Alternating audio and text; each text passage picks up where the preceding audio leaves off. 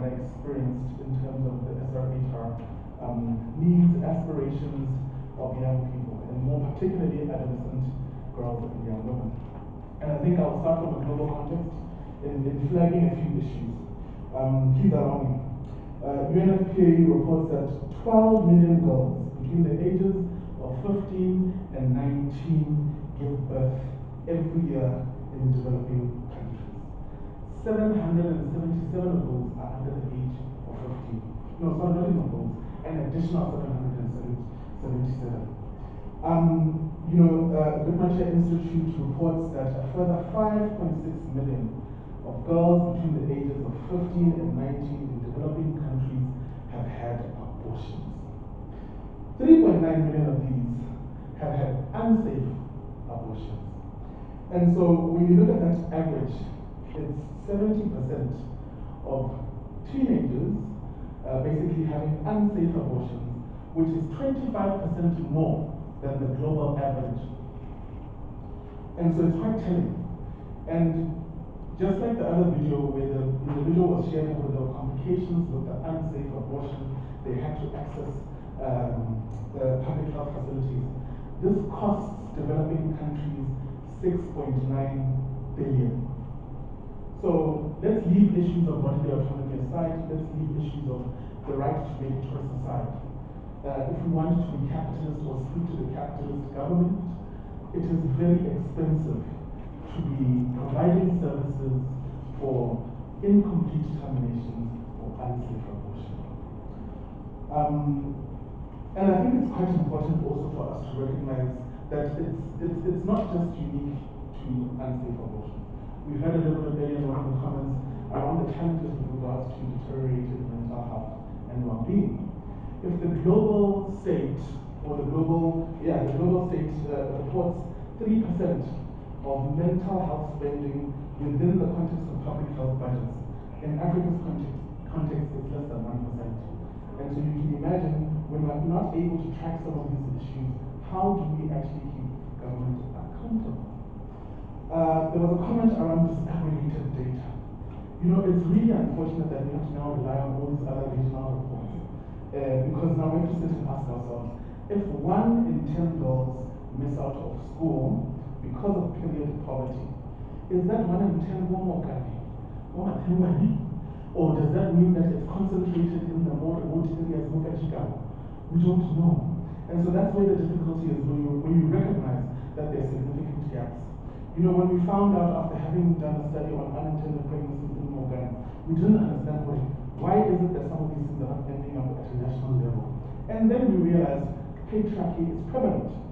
Because if you are a social worker or you are law enforcement and you're reporting to the council can vote on whether to include or omit that statistic or that report. And so it's very critical to say, how do we then ensure accountability in our elected leaders? A lot of people don't know that there's a section that provides for a possibility where when you are aggrieved or when you are, let me say, a victim or a survivor, and your perpetrator is able to then go to the prosecutor and try and negotiate their way out of it. If the prosecutor determines that you, as the survivor, have managed to negotiate or discuss or deliberate with your perpetrator, the prosecutor is then at liberty to decide not to continue with the case. So these are things that we then realize that there are significant gaps, and these gaps cannot be blocked because it happens at a local government level, local governance level. And because at a local governance level, we won't necessarily sit there and think, usually you like a little bit, you like a Minister of Health and Wellness. We won't then realize that the social work department is essentially a touch point where they can see a lot of the injustices in the workplace or at home. And so that being said, I would like to then give an example as to why there's deficiency in the context of our governance. So, Botswana, like Egypt and Morocco, take note of these country contexts, have not signed or ratified the Maputo Protocol. So that's speaking to the African Regional Instrument on the Rights of Women. Similarly, Botswana, along with Eritrea, Morocco, and Somalia, have not signed or ratified the African Youth Charter. I said Eritrea, Morocco, Somalia. I mean, you can see that there are differences in the context of democracy, differences in the context of middle income country status and history. And so when we speak about an improving, a progressive, democratic country, we then really have to question, why is that the case? You then realize it's because socioeconomic rights are not justiciable in Botswana. When people think about socioeconomic rights, they think indigenous people's rights. But socioeconomic rights consistently tested in South Africa's courts, for example, when they say, well, the government is responsible to provide water for a household. And you literally find through the courts where the Supreme Court will sit and say, no, for a family of 4 people, you need X quantity liters of water. And the Constitutional Court will come back and say, no, you can't sit and quantify because an average household doesn't make up of 4 people. And so these are some of the arguments that are presented in the context of progressive realization of socioeconomic rights. And so if we're not able to ensure that socioeconomic rights are embedded, similarly as to how the one comment spoke about how there was a need for ensuring and safeguarding the right to health in our upcoming constitution, then there will consistently be these gaps where leaders are not held accountable and where services cannot be challenged beyond office PS. Second, language matters. When we speak about representation, I think everyone can agree that representation in the context of gender equality in Parliament, one, is not enough, and even those who have occupied seats have not meaningfully represented gender justice, if we can speak to that. And I think similarly, we must recognize when we're speaking about solutions, if we create solutions without the community members, if we speak on behalf of, and if we don't realize that there's a need for the lived experience to be in the room when creating that policy or when designing program or reviewing its impact, then we have missed the beat. Because ultimately, I can then come and tell you that the pathologization of gender identity or the conflation of sexual orientation and gender identity, essentially going and speaking of sexuality as if it's gender identity, is already a mistake. It's a non-starter. And so if the language doesn't recognize that someone who's non-binary or a trans man can be pregnant, then we're not going to contribute towards meeting the health and well-being outcomes of the country. Because that means that space is not safe. That means that space is not safe enough for an individual to disclose the real issues that they're experiencing so that you don't misdiagnose them and so that you provide appropriate and adequate care. Similarly, when we speak about information, whenever community members share how when they were young, there was a lot of confusion, they didn't understand, and often they found whenever it was comprehensive sex education, homosexuality is immoral and whatever.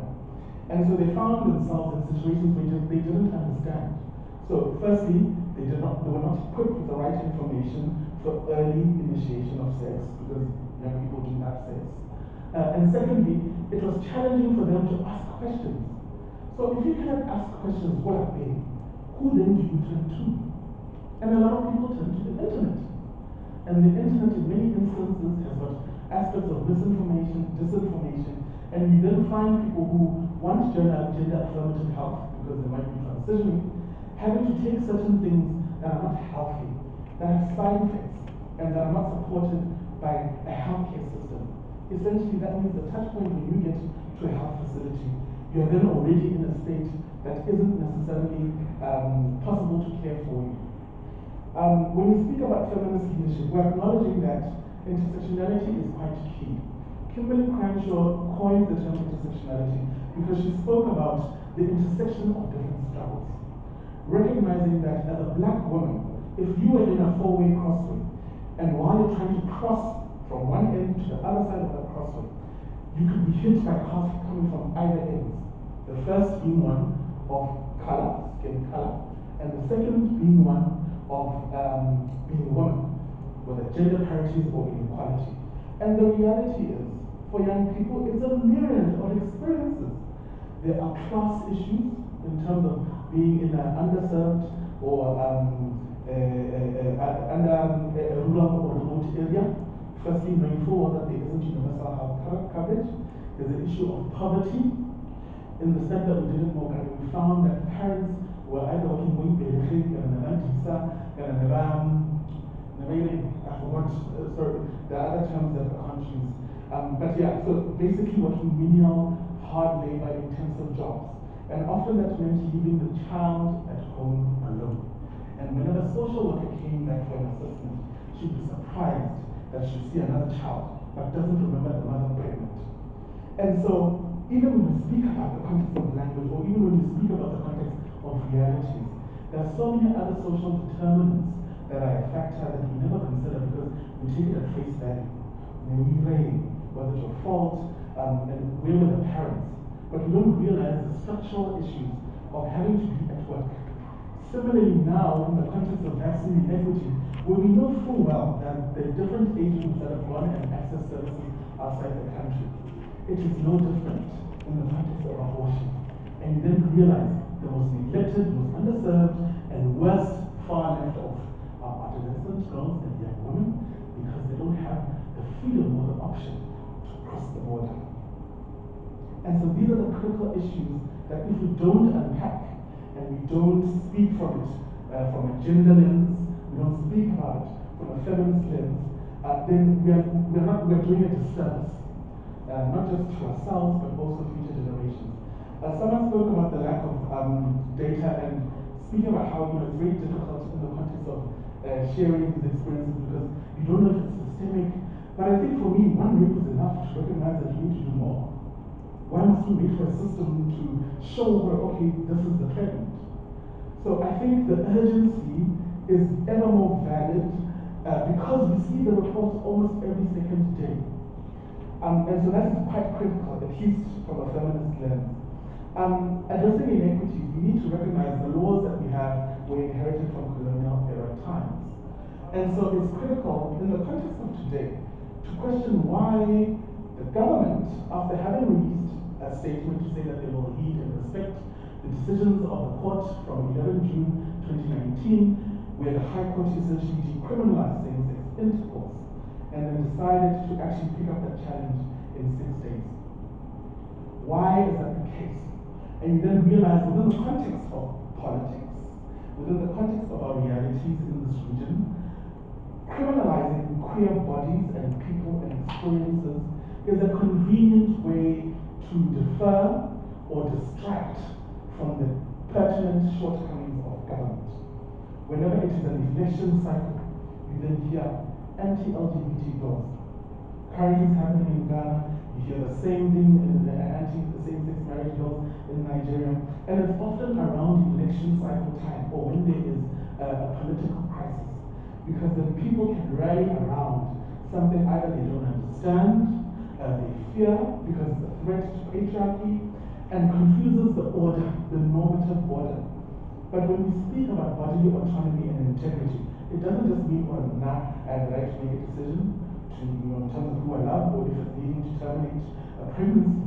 It means that even in a household, in the makeup of a household, my father cannot dictate whether I can access services or not. And so it's critical for us to recognize that all of these are linked, and it's important to ensure that the structural elements are always included. That being said, I think we often don't speak about another element, and this other element is speaking to healing. We don't recognize that there is intergenerational harm, that there are traumas that young people have experienced and they still go through, and they're triggers. So I am a survivor, and now I read a paper where either the way that it is framed, victim blaming, or where they speak about an issue and the administrative hoops that that other individual has to go through. What then must be going through my mind? If I hear comments from my aunt and blaming the victim, what then must happen? So we must recognize there's an element of healing that is needed. And this goes way beyond just mental health. It's recognizing the exploitation and extraction of black bodies, black labor, that still manifests today because of the high level of care work. So there's so many different aspects that we're not speaking to, and it's critical for us to recognize and unearth those. Similarly, when we speak about change, change is messy. I know, because we all come from civil society organizations or even the development framework, where you must have a theory of change, a logic framework. Since when has change ever been predetermined and easily articulated in a piece of paper? And we must recognize that within the context of whether it's the Please Must Fall movement, the Shutdown movement in Malawi, in Namibia, in Zambia, where they're protesting against gender-based violence, or even just speaking to labor rights movements. And so the reality is that sometimes we need to recognize that we're speaking within a colonial or imperialist framing that is obviously convenient for those who are in power, where they would rather allow for you to then sit there and advocate for family planning. But when you ask them what is family planning, they're not able to break it down. Safe abortion is family planning. Safe abortion is health care. Safe abortion is a health right. It's a human right. And so these are some of the critical things where if we're not able to frame these issues, then solidarity becomes performative. It's performative because we will release a statement, but there's no action. It's performative because, yes, okay, now we've made it urgent. We've made a commitment in 2017 to say that there can be some form of, or work towards providing sanitary pads for free, but now there's no accountability. And so the reality is that we need to really, really think about how then do we ensure that we unearth these issues and bring them out, whether it's research or storytelling, and making sure that they inform the technical working groups. The Unsafe Abortion documentary was screened before a Ministry of Health and Wellness strategic review on unintended pregnancies in July. And so that's how we then bring the lived experiences within the context of elitist, exclusive, and technocrat spaces. And lastly, it's important from an intersectional perspective to include aspects of disability. And I know there's been mention of disability, but we don't recognize that they're invisible disabilities.